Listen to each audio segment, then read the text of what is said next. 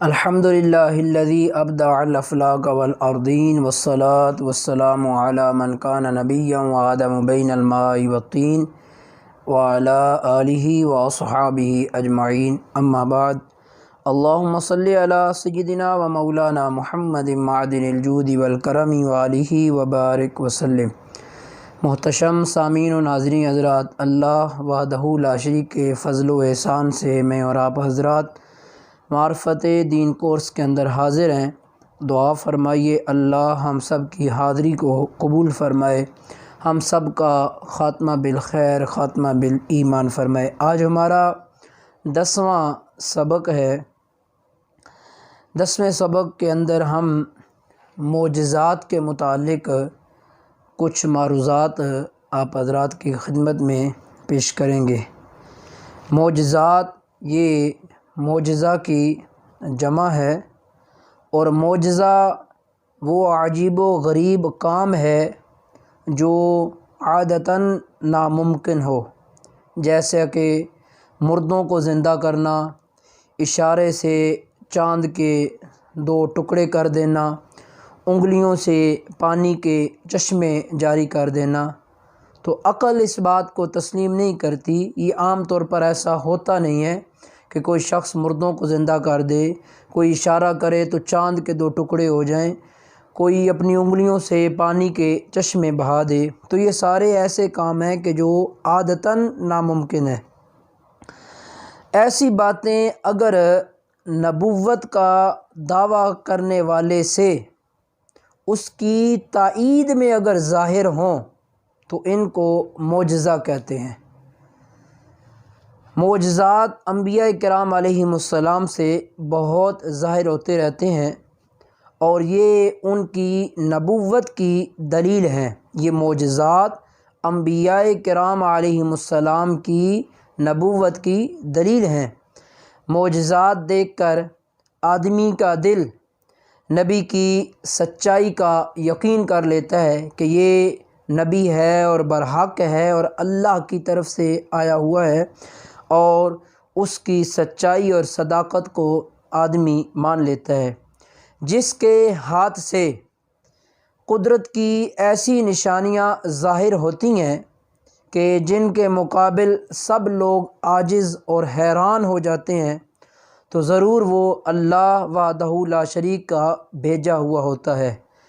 اب چاہے ضدی کوئی دشمن اس کو مانے یا نہ مانے، مگر دل اس کا بھی اس بات کو تسلیم کر رہا ہوتا ہے، اور اس کا بھی دل یہ یقین کر لیتا ہے کہ یہ کوئی عام نہیں ہے، بلکہ اللہ وحدہ لا شریک کا کوئی خاص پیغمبر، رسول اور نبی ہے۔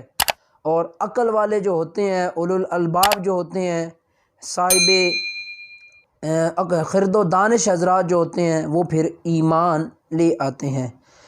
تو کوئی شخص جھوٹا نبوت کا دعویٰ کر کے معجزہ ہرگز نہیں دکھا سکتا، قدرت اس کی تائید ہی نہیں فرماتی۔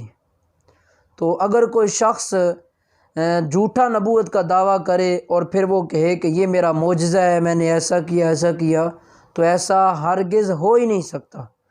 معجزہ خاص ہے انبیاء کرام علیہم السلام کے ساتھ، کہ جو اللہ وحدہ لا شریک کی طرف سے بھیجے ہوئے ہیں، جن پر وحی نازل ہوتی ہے، انہیں اللہ یہ قدرت اور توفیق اور طاقت عطا فرماتا ہے۔ حضور سید الانبیاء، آقا و مولا احمد مجتبیٰ جناب محمد مصطفیٰ صلی اللہ تعالی علیہ وآلہ وسلم کے معجزات بہت زیادہ ہیں، ان کو شمار کرنا بھی ہمارے بس میں نہیں ہے۔ حضور علیہ الصلوۃ والسلام کے اتنے معجزات ہیں۔ سارے انبیاء کرام علیہ السلام کو جتنے معجزے ملے، حضور کو وہ معجزات بھی سارے نصیب ہوئے، اور ان کے علاوہ نہ جانے کتنے اللہ وحدہ لا شریک نے اپنے پیارے محبوب کریم علیہ الصلوۃ والسلام کو معجزات عطا فرمائے۔ ان معجزات میں سے ایک معجزہ وہ معراج شریف کا معجزہ ہے، جو کہ بہت مشہور معجزہ ہے۔ حضور پر نور صلی اللہ تعالی علیہ وآلہ وسلم رات کے تھوڑے سے حصے کے اندر مکہ معظمہ سے بیت المقدس تشریف لے گئے، وہاں انبیاء کرام علیہ السلام کے حضور نے امامت فرمائی۔ بیت المقدس سے آسمان پر حضور علیہ السلام تشریف لے گئے، اللہ تعالیٰ کے قرب کا وہ مقام، وہ مرتبہ پایا جو نہ تو کسی انسان نے پایا، نہ کسی فرشتے نے پایا، نہ کسی نبی نے پایا، اور نہ ہی کسی رسول کو وہ مقام اور مرتبہ نصیب ہوا جو معراج شریف کی رات مقام اور مرتبہ اور رفعت اور بلندی اللہ نے اپنے پیارے محبوب کریم علیہ السلام کو عطا فرمائی۔ اللہ رب العزت کا جمال پاک نبی پاک صلی اللہ تعالیٰ علیہ وآلہ وسلم نے اپنی آنکھوں سے دیکھا، کلام الہی کو خود سنا، آسمان و زمین کے تمام ملک جو تھے ان کو ملاحظہ فرمایا، جنت کی سیر اور دوزخ کا معائنہ فرمایا، مکہ معظمہ سے بیت المقدس تک راستے کے اندر جتنے بھی قافلے آپ کی نظر سے گزرے اور آپ نے ان کو دیکھا، صبح ہو پھر ان کے حالات لوگوں پر بیان فرمائے کہ وہ کہاں تھے، کس حالت میں تھے، کیا کر رہے تھے، اور کس وقت قافلہ کہاں ٹھہرا ہوا تھا۔ یہ ساری کیفیت پیارے آقا علیہ السلام نے بیان فرمائی۔ انہی معجزات میں سے ایک اور عظیم معجزہ جو اسی طرح بہت بڑا اور عظمت اور شان کے لائق ہے، وہ معجزہ جو اللہ کریم نے اپنے محبوب علیہ السلام کو عطا فرمایا اور تا صبح قیامت وہ قائم رہے گا اور اب بھی قائم ہے، وہ عظیم معجزہ قرآن مجید فرقان حمید ہے۔ قرآن پاک اللہ وحدہ لا شریک کا کلام ہے، اس نے اپنے بندوں کی رہنمائی کے لیے، ہدایت کے لیے اس کو اتارا۔ اس کے اندر سارے علوم جو ہیں وہ موجود ہیں۔ یہ بے مثل کتاب ہے، اس کی کوئی مثل نہیں ہے، نہ ہی اس کی کوئی مثل بنا سکا، نہ کوئی بنا سکتا ہے، اور نہ ہی تا صبح قیامت کوئی اس کی مثل بنا سکتا ہے۔ سارے جہان مل جائیں، پوری کائنات اکٹھی ہو کر کوشش کر لے، تب بھی اس کی مثل بنانا ہرگز ممکن نہیں ہے۔ یہ اللہ وحدہ لا شریک کا لا ریب اور بے مثل کلام ہے۔ اللہ تعالیٰ نے اس کو اپنے پیارے محبوب احمد مجتبیٰ جناب محمد مصطفیٰ صلی اللہ تعالیٰ علیہ وآلہ وسلم کے قلب اطہر پر نازل فرمایا۔ جیسا کہ اللہ تعالیٰ نے تورات کو حضرت موسیٰ علیہ السلام پر، زبور کو حضرت داؤد علیہ السلام پر، انجیل کو حضرت عیسیٰ علیہ السلام پر، اور دیگر صحائف اور جو کتب تھیں ان کو دیگر انبیاء کرام علیہ السلام پر نازل فرمایا، اسی طرح اللہ نے قرآن کو اپنے پیارے محبوب کریم علیہ السلام کے قلب اطہر پر نازل فرمایا۔